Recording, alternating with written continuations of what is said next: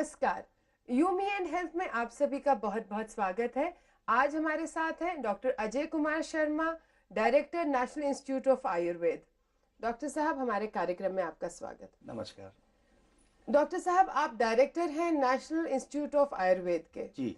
पहले तो हमें ये बताइए कि ये इंस्टीट्यूट क्या है और कहाँ है। नेशनल इंस्टीट्यूट ऑफ आयुर्वेद, हम जिसे हिंदी में राष्ट्रीय आयुर्वेद संस्थान के नाम से भी जानते हैं, ये भारत सरकार की एक संस्था है, सेंट्रल गवर्नमेंट ऑफ इंडिया की। हाँ जी। और अपने आप में एक ही संस्था है जो हमारे डिपार्टमेंट ऑफ आयुष के कंट्रोल में हमारा इंस्टीट्यूट है। इस इंस्टीट्यूट के जो चेयरमैन होते हैं गवर्निंग बॉडी के, हमारे आज की तारीख में जो माननीय हेल्थ मिनिस्टर महोदय हैं गुलाम नबी आज़ाद साहब जी। वो इसके चेयरमैन हैं।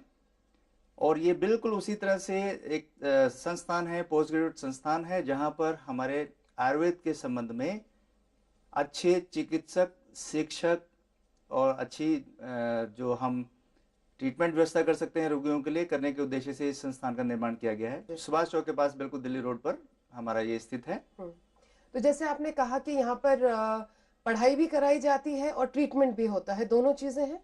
हमारे यहाँ 3 उद्देश्य हैं इस संस्थान के स्थापित करने में। एक तो पढ़ाई के संबंध में, जिसमें हम पीएचडी लेवल की, डॉक्टरेट लेवल की, एमडी स्नातकोत्तर छात्र जिसको बोलते हैं, और एक यूजी लेवल के बीएमएस विद्यार्थियों की, और एक नर्सिंग स्टूडेंट्स के लेवल के कोर्सेज का हम यहाँ पर संपादन करते हैं। तो इस प्रकार के 4 पाठ्यक्रम टीचिंग से संबंधित हैं जी। दूसरा उद्देश्य है हमारा उच्च स्तर की जो भी हम रिसर्च एक्टिविटीज कर सकते हैं, जो नेशनल हेल्थ प्रोग्राम्स हैं, उस नेशनल हेल्थ प्रोग्राम्स के तहत जो भी प्रॉब्लम्स ऐसी हैं जिनमें दूसरे सिस्टम्स में कोई विश्वसनीय उपचार नहीं है, ट्रीटमेंट नहीं है, उनके बारे में विभिन्न शोध कार्य हमारे यहाँ पर किए जाते हैं। और तीसरा, हमारे पास एक बहुत ही विकसित, बहुत ही आधुनिकतम सुविधाओं से सुसज्जित चिकित्सालय है, हॉस्पिटल है।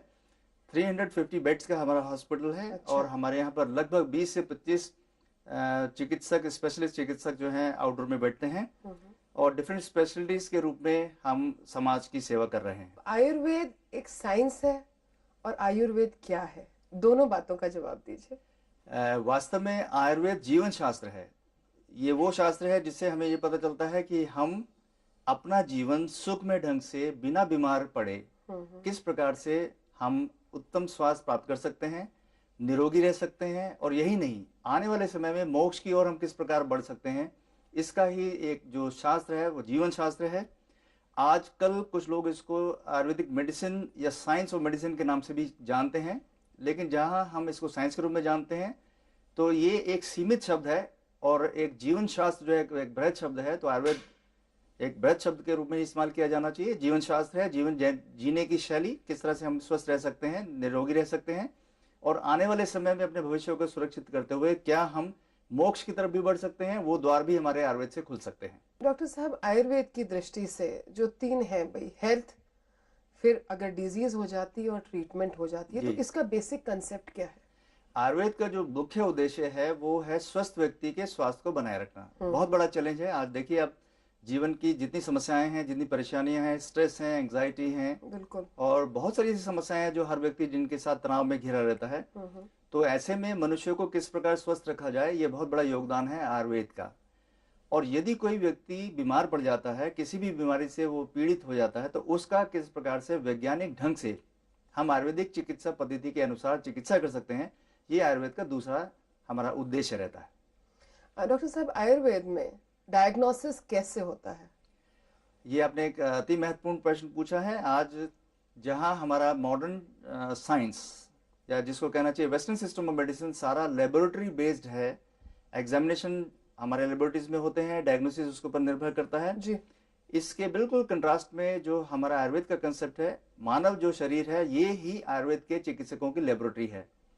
तो हमारे जो भी निदान करते हैं, डायग्नोसिस करते हैं, उसके लिए हमारा सिद्धांत है रोग और रोगी परीक्षा। पहले हम रोग की परीक्षा करते हैं, फिर रोगी की परीक्षा करते हैं, और रोग परीक्षा करने के लिए भी हमारे विशिष्ट उपाय बताए गए हैं, जैसे प्रत्यक्ष निदान, प्रश्न पूछकर या उसका अनुमान के द्वारा जानकर, या शास्त्र में उस संदर्भ में जो भी हमें वर्णन मिलता है, या युक्ति संगत जो हम उससे निष्कर्ष निकाल सकते हैं। ये तो हमारा है किसी भी रोग के बारे में जानकारी जानने के लिए। और हमारे शास्त्र में बहुत ही विशद इसका वर्णन किया गया है, जिसको अष्टविध नाड़ी परीक्षा कहते हैं। अष्टविध परीक्षा, जिसमें नाड़ी, मूत्र, मल, जिह्वा, शब्द, स्पर्श, दृक्, आकृति, और इनको देखने से, इनके माध्यम से विभिन्न प्रकार के रोगों का हम निदान कर सकते हैं कि किसी रोगी को क्या बीमारी है, किस नाम से उसको जाना जाए। तो क्या डॉक्टर शर्मा, जो ये मॉडर्न डायग्नोसिस टेक्निक्स हैं जी, आप चाहे इसको कैट स्कैन ले लीजिए, चाहे एमआरआई लीजिए जी, इसकी आयुर्वेद में कोई जगह नहीं है? इसकी आयुर्वेद में बिल्कुल जगह है। जो अभी हमने आपको बताया रोग परीक्षा में हम जो नाड़ी लेते हैं, तो जैसे नाड़ी हमारे यहाँ आयुर्वेद में तो एक बहुत ही विशद इसका व्याख्यान दिया गया है और नाड़ी वैद्य के नाम से बहुत लोग मशहूर होते हैं जी। लेकिन मल और मूत्र की जब हम बात करते हैं तो जितने भी इन्वेस्टिगेशंस होते हैं आयुर्वेद के ढंग के साथ साथ जो भी आधुनिक चिकित्सा पक्ष है उसको भी हम इसका समावेश करते हैं और उसमें भी इन्फ्रेंसेस ड्रॉ करते हैं कि जो भी आधुनिक चिकित्सा विज्ञान की इसमें सूचना उपलब्ध है, नाड़ी, मूत्र, मल, जिह्वा, शब्द, स्पर्श, आकृति, जितने भी हैं सारे फैक्टर्स में जो भी आज आधुनिक चिकित्सा विज्ञान के माध्यम से जो भी साइंस ने हमें टूल्स दिए हैं डायग्नोसिस के, उनका समावेश हम लोग करते हैं। इसके साथ साथ जो रोगी परीक्षा होती है, रोगी परीक्षा के लिए बहुत ही इसका भी हमारा विस्तृत वर्णन है, जिसमें 10 विध परीक्षा मुख्य रूप से है जी। रोगी की प्रकृति, विकृति, सार, सहनन, साथ में आहार शक्ति, व्यायाम शक्ति, वय इत्यादि बहुत सारे फैक्टर्स हैं। 10 फैक्टर्स होते हैं जिसके माध्यम से हम रोगी के बारे में जानकारी हासिल करते हैं जी। तो रोगी की प्रकृति किस तरह की है, रोग का बल कैसा है, रोग किस स्थिति में हुआ है, किस अवस्था में है, ये सब का निराकरण करने के बाद ही हम लोग रोग और रोगी परीक्षा के बाद हम ये तय करते हैं कि किसी भी रोगी को क्या रोग है और फिर उसके बाद उसका हम आगे प्रोसीड करते हैं कि उसका मैनेजमेंट किस प्रकार किया जाए। हाँ जी, बिल्कुल। इस मैनेजमेंट के बारे में भी बहुत सारे प्रश्न हैं डॉक्टर साहब, लेकिन एक छोटे से ब्रेक के बाद जी। हम ब्रेक के बाद अभी वापस आते हैं। देखते रहिए यू मी एंड हेल्थ। पारस शुद्ध देसी घी, यू मी एंड हेल्थ। मजबूती और विश्वास का दूसरा नाम बिरला उत्तम सीमेंट। स्वाद क्या होता है, वो जो जबान पर महसूस होता है या वो जो दिल तक पहुंचता है, जिसमें महकती हुई बेशुमार खुशियां आपके अपनों की सेहत का ख्याल रखती हैं, जैसे महाकोश कुकिंग ऑयल जो ख्याल रखे आपके स्वाद और सेहत का। तो अच्छा खाओ, खुश रहो। महाकोश कुकिंग ऑयल, स्वाद और सेहत का खजाना।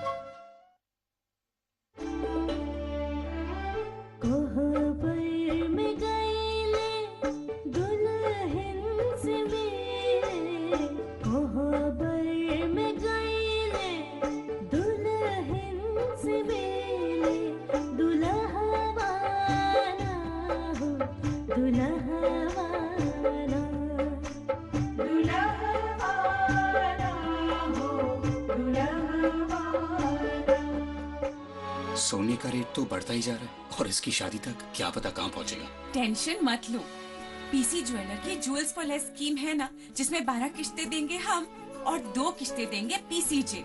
है ना फायदे का सौदा। Jeweller for generations, PC jeweller.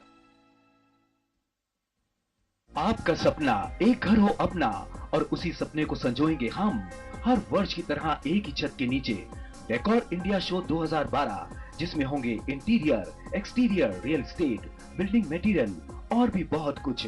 Decor India show Udaipur 3 से 6 फरवरी, जोधपुर 17 से 20 फरवरी, कोटा 2 से 5 मार्च, इंदौर 16 से 19 मार्च 2012। राजस्थान का सबसे अहम शहर जयपुर, जहां रहते हैं खास लोग, होते हैं काम विशेष, जिनसे बनती हैं विशेष खबरें। प्रदेश की राजनीतिक पृष्ठभूमि इस शहर में, हलचल हर पल जो रहती है सदा खबरों में। यहाँ का फैशन और ग्लैमर रहता है पूरे प्रदेश की नजरों में।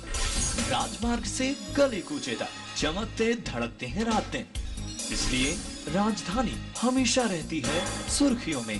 देखिए एक सिटी सोमवार से शनिवार रात 8 और 12 बजे और रविवार शाम 7:30 बजे। उसके महाप्रायोजक है वाटर हार्वेस्टिंग अपनाएं, पर्याप्त जल के लिए, सुखद कल के लिए। बिजली बचाएं, सेव एनर्जी। जयपुर विकास प्राधिकरण। सौर ऊर्जा आज का विचार, कम करो बिजली का भार। CCDU राज्य जल व स्वच्छता मिशन। पार्टी का मिशन 2013 आरक्षण का अंत। महाकोश कुकिंग ऑयल, स्वाद और सेहत का खजाना। बेमिसाल मजबूती का सिर्फ एक मंगला टीएमटी सरिया। गौमृत प्योर प्लस घी, स्वाद भी शक्ति भी।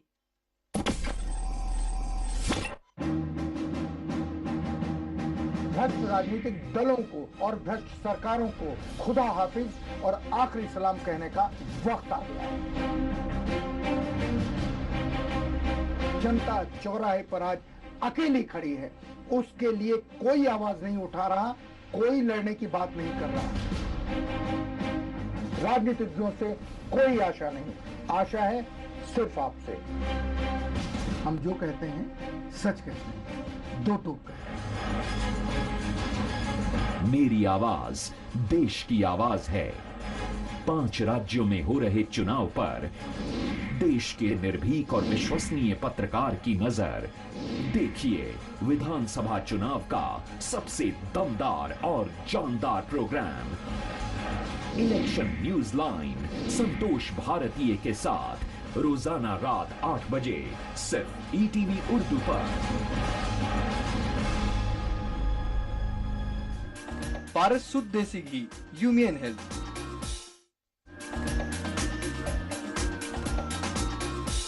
ब्रेक के बाद आप सभी का स्वागत है। हम लोग चर्चा कर रहे हैं डॉक्टर अजय शर्मा से। तो डॉक्टर साहब, जैसे आपने बताया कि एक बार उसका डायग्नोसिस हो जाता है तो उसके बाद हम लोग उसका ट्रीटमेंट स्टार्ट करते हैं जी। आयुर्वेदिक में एक मानसिकता है लोगों में, आम लोगों में, कि बहुत लंबा इलाज चलता है। क्या ये सही है?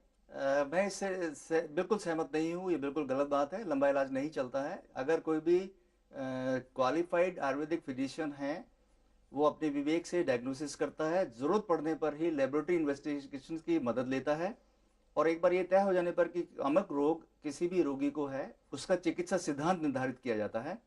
एक ही रोग अगर किसी मोटे, मैं आपको उदाहरण देकर समझाना चाहता हूँ, जैसे मधुमेह की बात करें, डायबिटीज मेलाइटिस बहुत कॉमन है आजकल। हाँ जी। अगर वो एक मोटे व्यक्ति को है तो उसका चिकित्सा सिद्धांत आयुर्वेद में अलग है, अगर वो पतले दुबले व्यक्ति को है तो उसका चिकित्सा सिद्धांत अलग है। मतलब एक ही दवाई सबके लिए नहीं है। सबके लिए नहीं है। और एक्चुअली जो आयुर्वेदिक सिस्टम ऑफ मेडिसिन का जो अपना एक यूनिक कंट्रीब्यूशन है वो ये है कि हम इन टोटलिटी पूरी बॉडी को देखते हैं। तो हॉलिस्टिक अप्रोच होती है, कंप्लीट अप्रोच होती है, और पूरे सिस्टम्स जितने भी हमारे मनुष्य के हैं उनको देख के ही हम निर्धारित करते हैं। मतलब सिर्फ डायबिटीज को टारगेट नहीं करना है, वो क्यों है उसको भी करना है। क्यों है और उसके फैक्टर्स जितने भी हैं, जैसे मैंने अभी आपको बताया कि आयुर्वेदीय जब हम निदान करते हैं तो हमें दोष, दूष्य, उनकी समूचना, इसका तात्पर्य यह है कि हमारे शरीर में जो हमारा 5 भौतिक संगठन है, जो हमारे को बाहर यूनिवर्स में देखने को चीज मिलती है, उसी का स्मॉल सूक्ष्म रूप में हमारे शरीर में मिलता है।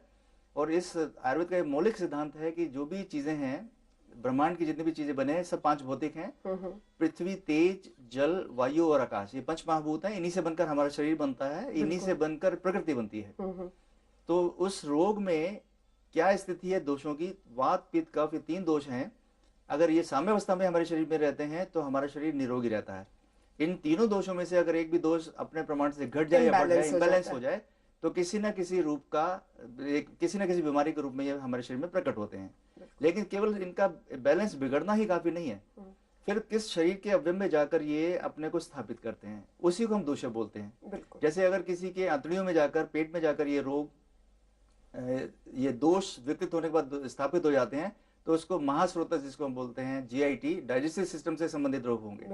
इसी तरह से अगर किसी के दिमाग में जाकर, या जिसको आप मानस में जाकर बोलते हैं, तो उसको कोई मानसिक रोग होगा। संधियों में जाकर अवस्थित हो जाएंगे तो उसको संधिगत रोग होगा, जिसको आप आर्थराइटिस के नाम से जानते हैं। तो इसी को हम आयुर्वेदिक सिद्धांत पर बोलते हैं, दोष, दूष्य, समूर्छना जिस स्थान पर होगी वही निदान होगा, और रोगी की प्रकृति, उसका बल और किस प्रकार का उसका संगठन है, व्याधि का बल कितना है, उसको निर्धारित करने के पश्चात ही हम ट्रीटमेंट का सूत्र स्थापित करते हैं, चिकित्सा सिद्धांत बनाते हैं। जैसे आपने कहा कि भाई ट्रीटमेंट शुरू करते हैं, उसका हम लोग एक बार बेसिक गाइडलाइन सूत्र स्थापित कर लेते हैं, उसके बाद हम लोग स्टार्ट करते हैं। आयुर्वेदिक दवाइयों के ऊपर कई बहुत सारे भ्रम भी हैं। पहला सबसे क्लैरिफाई करना चाहूंगी कि कई लोगों को ये शक रहता है कि आयुर्वेदिक दवाई में स्टेरॉइड्स होते हैं। जी, ये आपने अति महत्वपूर्ण प्रश्न पूछा है। ये जो एक निराधार भ्रांति है, एक्चुअली उन लोगों को जिनको भी ये मन में लगता है कि आयुर्वेदिक मेडिसिन में स्टेरॉइड्स होते हैं, शायद अधिकांश लोगों को ये जानकारी नहीं है कि हमारे कुछ ऐसे प्लांट्स हैं जिनमें प्लांट बेस्ड स्टेरॉइड्स होते हैं। अच्छा, और इसका उनसे दवाइयां बनती हैं। बहुत ही इसका अच्छा उदाहरण है तुलसी और शतावरी। तुलसी तो हमारे प्राय करके सभी के घरों में मिलती है। इनमें एनाबॉलिक स्टेरॉइड्स होते हैं।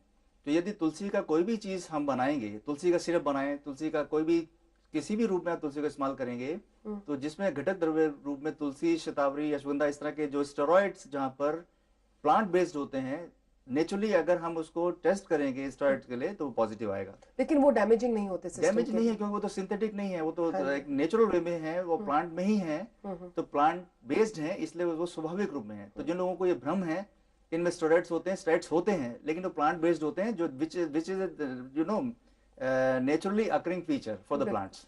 आयुर्वेदिक की जो दवाइयों का मैन्युफैक्चर है, क्या वो स्टैंडर्डाइज्ड है? क्या उसका कोई कोड ऑफ कंडक्ट है? क्या वो बिल्कुल स्ट्रिक्ट है? भारत सरकार ने डिपार्टमेंट ऑफ आयुष के माध्यम से ऐसे मानक नॉर्म्स बना दिए हैं, स्टैंडर्ड हमारे रूल्स रेगुलेशंस डेवलप हो गए हैं कि हम कोई भी औषधि निर्माण के लिए कोई भी प्लांट लें या ड्रग लें, उसको भी मानकीकरण कर लिया गया है।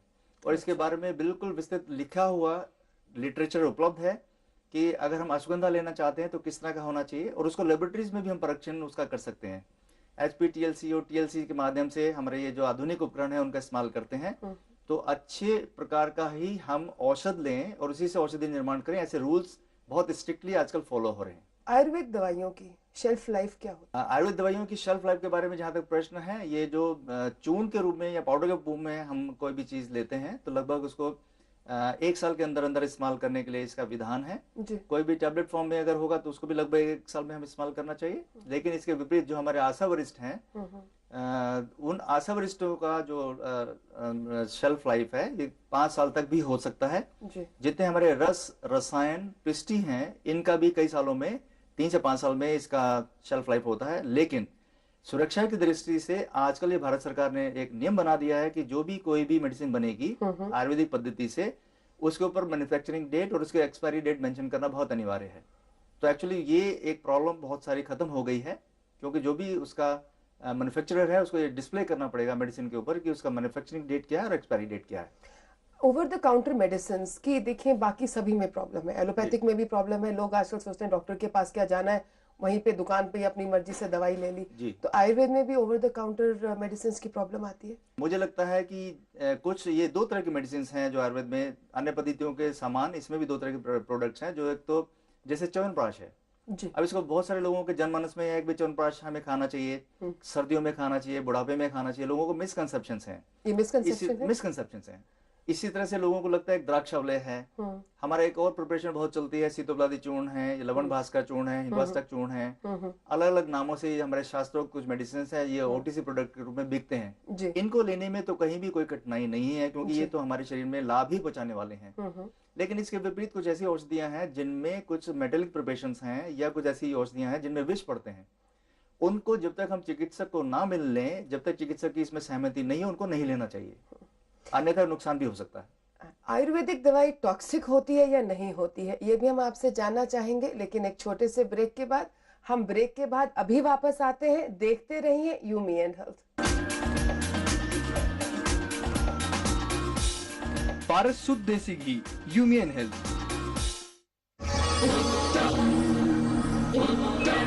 मजबूती और विश्वास का दूसरा नाम बिरला उत्तम सीमेंट।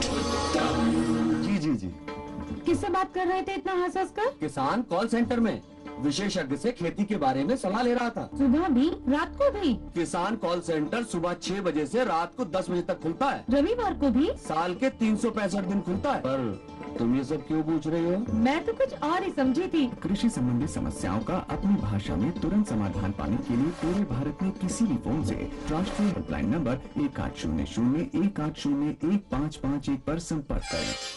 सोने का रेट तो बढ़ता ही जा रहा है और इसकी शादी तक क्या पता कहाँ पहुँचेगा। टेंशन मत लो, पीसी ज्वेलर की ज्वेल्स फॉर लेस स्कीम है ना, जिसमें 12 किस्तें देंगे हम और 2 किस्तें देंगे PCJ।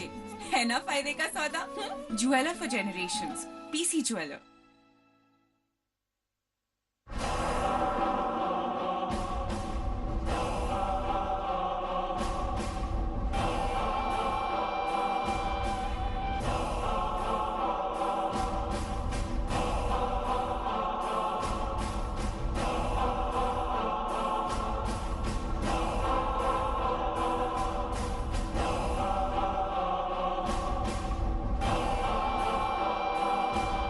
इस कार्यक्रम के सह प्रायोजक है बिजली बचाएं, सेव एनर्जी।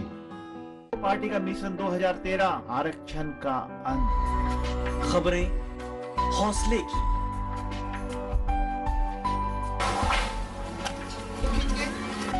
जज्बे की, बुलंद इरादे की। हमको देखकर जो महिलाएं ऐसी है उनके घर में हो रहा है, वो भी घर से निकलकर संघर्ष करे। खबरों की भीड़ में वो खबर जिसे देख कह उठे आप, जीना इसी का नाम है। दोस्तों, इस दुनिया में ऐसा कौन है जिसे गुस्सा नहीं आता है? कोई गंदी तरीके से देखे, कुछ करे तो गुस्सा ऑटोमेटिकली आ जाता है।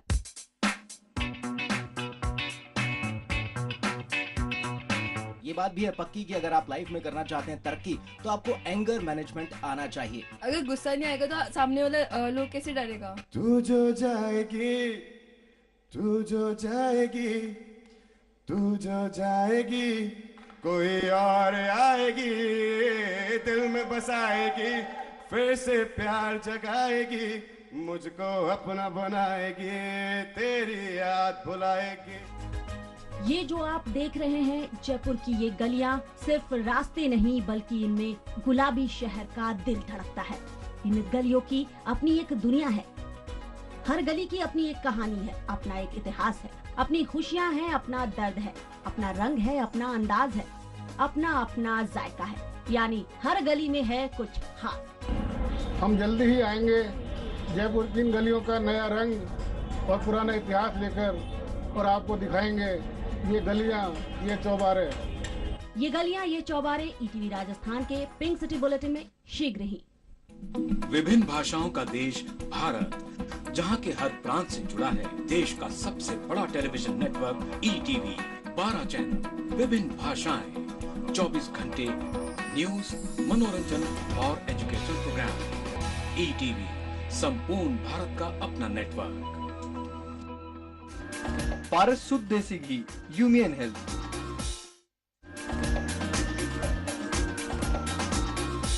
ब्रेक के बाद आप सभी का स्वागत है। हम लोग चर्चा कर रहे हैं आयुर्वेद के बारे में डॉक्टर अजय शर्मा से।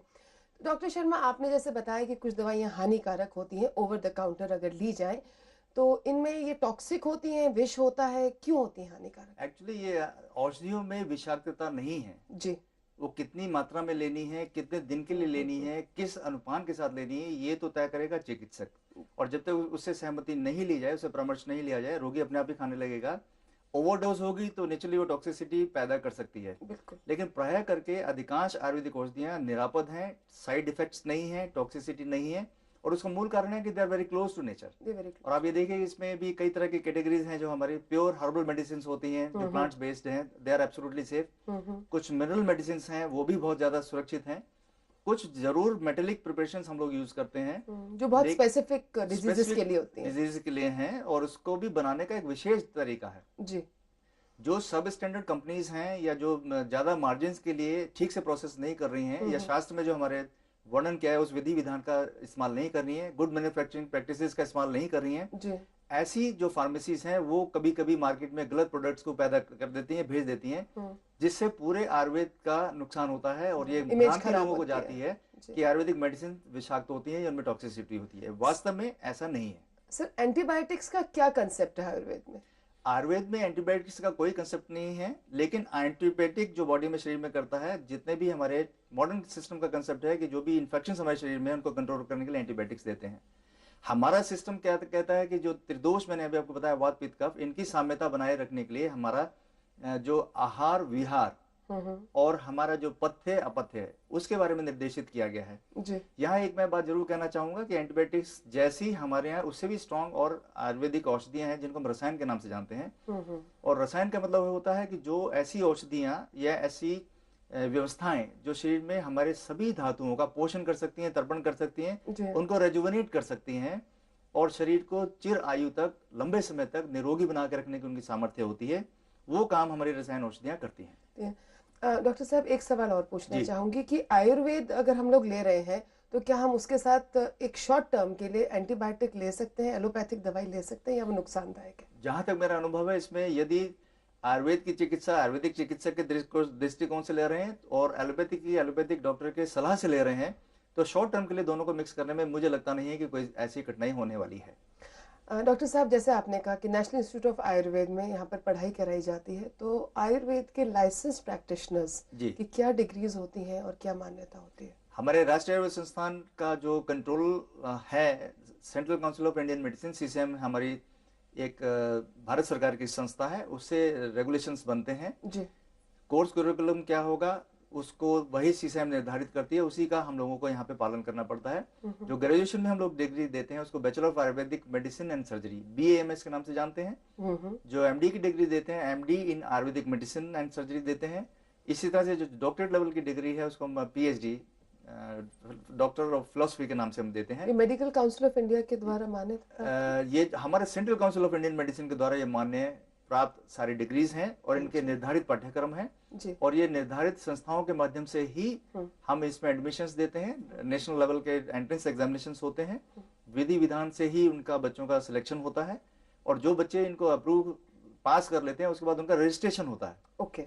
Central council of Indian medicine का एक बोर्ड है जो इन सभी आयुर्वेद के ग्रेजुएट्स या पोस्ट ग्रेजुएट्स को रजिस्टर करता है और तभी उनको अधिकार मिलता है कि वो आयुर्वेदिक मेडिसिन की प्रैक्टिस कर सकेंगे। आजकल पंचकर्म बहुत सुनने को आ रहा है, पंचकर्म क्या होता है डॉक्टर साहब, थोड़ा संक्षिप्त में बताइए। आयुर्वेद में बेसिकली दो तरह के चिकित्सा सिद्धांत हैं, एक शरीर का शोधन करके और एक शरीर में शम की स्थिति पैदा करके। यदि शॉर्ट टर्म का कोई भी बीमारी है, जैसे तात्कालिक किसी को खांसी जुकाम या पेट में दर्द हो गया तो उसके लिए हम शमन चिकित्सा देते हैं और जिसमें विभिन्न प्रकार की औषधियां, जैसे उसमें टैबलेट या चूर्ण या आदसावरिश के रूप में हम इस्तेमाल कर सकते हैं। लेकिन ऐसी बीमारियां जहां पे शरीर में लंबे समय से कोई बीमारी चल रही है और शरीर को शोधन की जरूरत है, उसके शुद्धिकरण की जरूरत है सेलुलर लेवल पर, उसके लिए हमारे एक विशेष कंसेप्ट है, उसको बोलते हैं पंचकर्म चिकित्सा। पंच कर्म मीन्स 5 प्रोसीजर्स जो शरीर का सेलुलर लेवल पर प्यूरिफिकेशन करते हैं। ऐसे विषाक्त पदार्थ जो शरीर से बाहर निकल जाने चाहिए, किसी वजह से शरीर में अवस्थित रह गए हैं, तो उनको शरीर से बाहर निकालने के लिए जिस पद्धति का हम सहारा लेते हैं उसी का नाम है पंचकर्म। और पंचकर्म संशोधन चिकित्सा भी इसको हम कहते हैं और ये उन रोगों में ज्यादा कारगर है जिनका इलाज दूसरी पैथीज में या तो संभव नहीं है या जो रिकरेंट टाइप की बीमारियां हैं जो बार बार किसी रोगी को परेशान करती हैं, उनमें इसका अभूतपूर्व लाभ होता है। डॉक्टर साहब, आखिर में हमारे दर्शकों को एक बार फिर बताइए, what is the aim of Ayurveda? Basic aims and object of Ayurveda is, जो स्वस्थ है उसके स्वास्थ्य को बनाए रखना है और यदि कोई गलती से बीमार हो गए तो उसकी बीमारी को दूर करना, जल्दी से जल्दी नेचर के बिल्कुल पास रह के लाकर और किसी भी विषाक्त प्रभाव को पैदा किए बिना। डॉक्टर शर्मा, आपका बहुत बहुत धन्यवाद हमारे कार्यक्रम में आए। नमस्कार। ये थे doctor Ajay Sharma, director national institute of Ayurveda. आपको हमारा कार्यक्रम कैसा लगा हमें जरूर बताइएगा। अगर आपको हमें कोई सुझाव देना है या स्वास्थ्य संबंधी जानकारी लेनी है तो आप हमें मैसेज कर सकते हैं। अपने मोबाइल के राइट मैसेज ऑप्शन में जाइए, टाइप कीजिए UMH स्पेस दीजिए, अपना नाम लिखें, अपना शहर का नाम लिखिए और भेज दीजिए 56000606 पर। आप हमें पत्र भी लिख सकते हैं। हमारा पता है You Me and Health, ETV Rajasthan, 5/96A Bhavani Singh lane, Bhavani Singh road, C scheme, Jaipur. अगले बुधवार हम फिर होंगे आपके बीच, तब तक हमें इजाजत दीजिए। Take care and keep smiling.